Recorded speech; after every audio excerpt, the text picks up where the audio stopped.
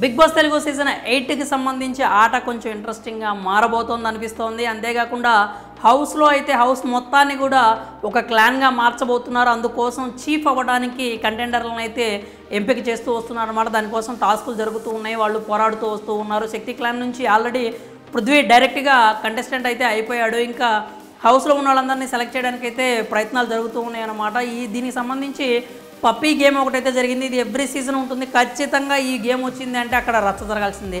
కోడిగుడ్ల టాస్క్లో ఎలా అయితే గొడవలు జరుగుతాయో, ఎలా అయితే రాజకీయాలు జరుగుతాయో, అలాగే ఈ పప్పీ టాస్క్లో కూడా సేమ్ యాజ్ ఇట్ ఈజ్ రాజకీయాలు అయితే జరుగుతాయి అన్నమాట.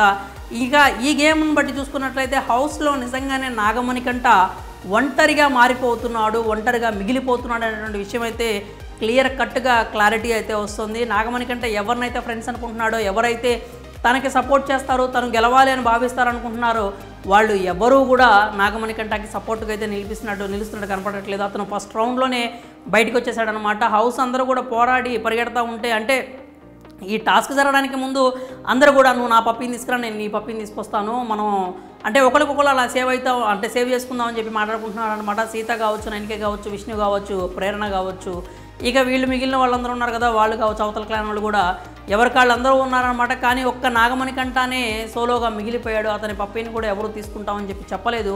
చివరికి అందరికంటే అందరూ గెలవాలి అని ఆడితే యష్మి మాత్రం ఎందుకో పాపం స్లోగా ఉండి చిన్నగా ఉండి చివరిలో వచ్చిన దానికి దొరికిన పప్పిని తీసుకొచ్చింది. ఆ పప్పి కూడా నాగమణికంట అదే తను యాదృచ్ఛికంగా తీసుకొచ్చిందా, కావాలని తీసుకొచ్చింది అనేది పక్కన పెడితే నాగమణికంటని అలాగే యష్మిని అయితే డేంజర్ జోన్లో నిలబెట్టారు. ఆల్రెడీ కంటెస్టెంట్గా ఉన్నాడు కాబట్టి పృథ్వీని సంచాలకుగా పెట్టారనమాట. అక్కడ ఆ టైంలో ఎంత డిఫెండ్ చేసుకుందామని చూసినా, తన పాయింట్స్ ఎంత పెట్టినా కానీ నాగమణికంటని మాత్రం పక్కన పెట్టేశాడు పృథ్వీ. ఆ విషయంలో పృథ్వీ ఫేక్ గేమ్ అని అయితే అనిపించింది అందరికీ. ఇంక ఇవన్నీ పక్కన పెడితే ఈ మూమెంట్లో, హిట్ ఆఫ్ ద మూమెంట్లో నాగమణికంట ఒంటరిగా మారిపోయాడని ఎందుకు అనిపిస్తోంది అంటే ఎవరు అతనికి సపోర్ట్ చేయడానికి రెడీగా లేరు. బట్ ఆ టాస్క్ అయిన తర్వాత కూడా తను తన ఒపీనియన్ చెప్పాలని చూస్తున్నప్పుడు, తన బాధ కలిగిందనే విషయాన్ని బయటపెట్టాలని చూసినప్పుడు సీత అంటే ఒక ఆల్రెడీ చీఫ్గా ఉన్న ఆవిడ వాళ్ళ క్లాన్లో ఉన్నటువంటి నాగమణికంట మీద అంత దారుణమైనటువంటి కామెంట్స్ చేయడం అయితే నచ్చలేదు. నువ్వు ఎలా మాట్లాడతావు అంటే, మనోడు మాట్లాడుతూ ఆ కోపంలో బాధలో ఏమైనా సరే థ్యాంక్ యూ హౌస్ అని అనమాట. హౌస్ అనగానే మేమందరం నీకేం అన్యాయం చేసాము, మేమందరం నిన్నేం ఇది చేసాము, నువ్వెందుకు నాతో మమ్మల్ని అందరినీ కలిపి ఎందుకు మాట్లాడుతున్నావు అంటూ అయితే వాళ్ళు సీత పాయింట్ చేయాలని చూసింది.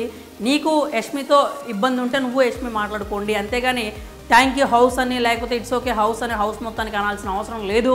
అసలు ఇది మా ఎవరికి సంబంధం లేని విషయం, మీరు చూసుకోవాల్సిన విషయము. హౌస్ మొత్తం నీకోసం నిలబడుతుంది, హౌస్ మొత్తం నిన్ను కన్సోల్ చేయాలని చూస్తుంది, హౌస్ మొత్తం కూడా నీకు కొంచెం ఏదో నువ్వు బాధల్లో ఉన్నావు, నీకు మూడ్ స్వింగ్స్ ఉన్నాయని అర్థం చేసుకొని మేము నీకు సపోర్ట్ చేస్తున్నాం అన్నట్లుగా మాట్లాడారు. కానీ నిజానికి హౌస్లో ఎప్పుడు కూడా హౌస్ మొత్తం నాగమణికంట సపోర్ట్ తీసుకున్నట్టు కానీ నాగమణికంట తరపున నిలబట్టు కానీ ఎక్కడ అనిపించలేదు. ఆ మూమెంట్లో అతను నేను కార్నర్ అయిపోయాను అని అనుకోవడంలో, బాధపడటంలో ఎలాంటి తప్పు అనిపించలేదు. నిజంగా జనరల్ ఆడియన్స్ ఎవరు చూసినా కానీ అదే అనిపిస్తుంది. నాగమణికంటని కార్నర్ చేశారు. ఎలాంటి నెగిటివ్ ట్యాగ్ వచ్చినా నాగమణికంటకి ఇస్తున్నారు, ఎలాంటి నామినేషన్స్ ఉన్నా కానీ నాగమణికంటని హైలైట్ చేస్తున్నారు, డేంజర్ జోన్లో పెడుతున్నారు, జైల్లో పెట్టేశారు ఆల్రెడీ. ఏదన్నా ఒక టాస్క్ రాగానే దాంట్లో పిసరంత నెగిటివిటీ ఉన్నా కూడా అది తీసుకెళ్లి నాగమణికంట మెడలోనే వేసేస్తున్నారు. ఇంటులు కూడా అతని మొహానికే కొట్టేస్తూ ఉన్నారు. మరి హౌస్ మొత్తం ఎక్కడ నాగమణికంటకి సపోర్ట్గా నిలిచిందో నాకైతే ఎక్కడ అనిపించలేదు, ఎక్కడ కనిపించలేదు కూడా. అలాంటి మాటలు మాట్లాడుకొని వాళ్ళకి వాళ్ళు పాజిటివిటీ క్రియేట్ చేసుకుంటున్నారు కానీ చూసే ఆడియన్స్కి మాత్రం ఎక్కడా కనిపించట్లేదు. నాగమణికంట నీకోసం హౌస్ మొత్తం నిలబడింది అనే మాట అవాస్తవం. సీత మాత్రం అక్కడ తప్పుగా కామెంట్ చేసిందనే చెప్పాలి.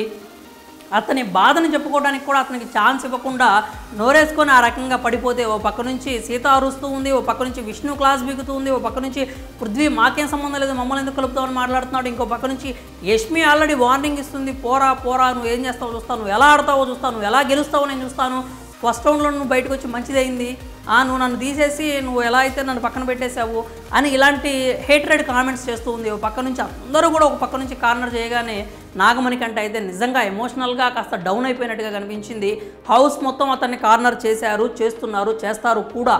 అదే అతనికి మంచి అవుతుంది. వాళ్ళకి అర్థం కాని విషయం ఏంటంటే వీళ్ళు ఎంత నాగమణికంట అంత తొక్కాలని చూస్తే నాగమణికంట అంత లెగుస్తూ ఉన్నాడు.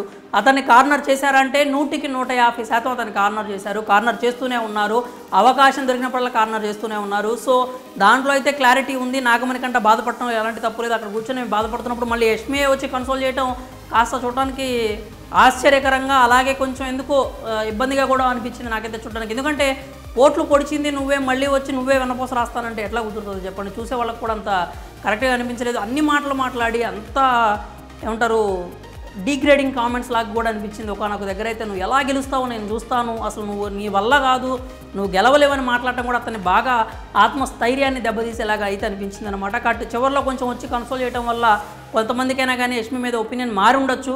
నాకైతే మాత్రం ఎందుకో అది డ్రామా లాగా అనిపించింది అనమాట. అప్పటి వరకు అంత మాటలు మాట్లాడి అప్పటికే వచ్చి కన్సల్ట్ చేయడం అయితే నాకు ఎందుకో రిసీవ్ చేసుకోవాలనిపించలేదు చూసినప్పుడు. ఓవరాల్గా చూసుకున్నట్లయితే నాగమణికంఠాన్ని కార్నర్ చేస్తూనే ఉంటారు. అదే అతనికి పాజిటివ్ సైడ్ మారుతోంది. ఆడియన్స్ అందరూ కూడా నాగమణికంఠ సైడ్ అందుకే నిలబడుతున్నారు, ఎందుకంటే అతను ఒంటరి వాడిని చేస్తున్నారని చెప్పి.